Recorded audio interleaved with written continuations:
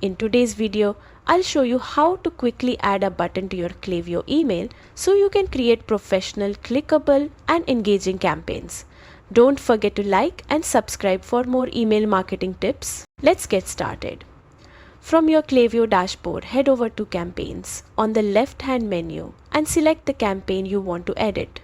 Once you find it, click the three dots on the right and choose Edit Campaign. Now you will enter the email template editor.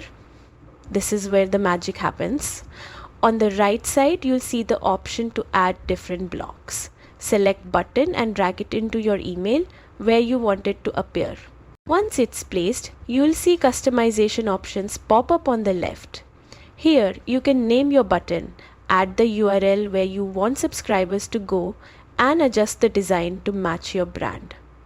Play around with the colors, size, and style until it looks perfect. And that's it!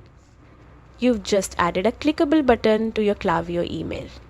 It's a simple step, but it makes your emails more interactive and boosts engagement. If this helped you, make sure to hit like, subscribe, and check out my other tutorials for more Klaviyo tips. Thanks for watching.